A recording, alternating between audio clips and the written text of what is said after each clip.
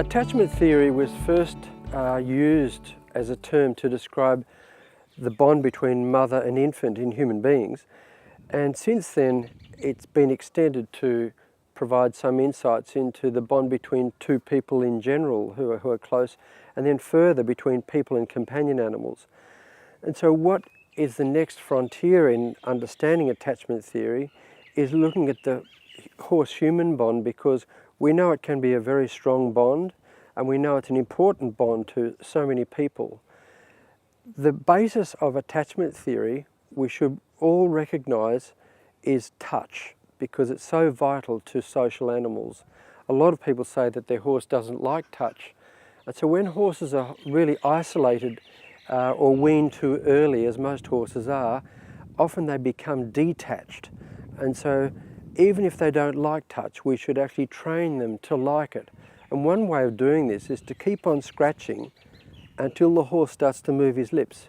If we had a heart rate monitor on the horse, we would see that that would coincide also with his lowering of heart rate, because one of the research, in fact much of the research nowadays that's been completed about attachment theory shows that when we scratch horses at the base of the withers, and when they scratch each other there too, there's a heart rate lowering of around about 10 beats per minute.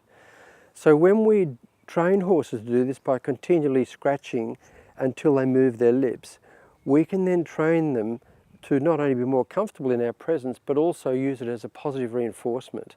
And it's a vital positive reinforcement. As Bowlby and Ainsworth showed in 1969 when they wrote their famous papers on attachment theory, touch is more important than food. Food is important, of course, for our sustenance, but touch provides the basis of security. And so we really need to be good at that, because so many of the things that we do with horses are all about driving them at a distance from us. We drive horses, people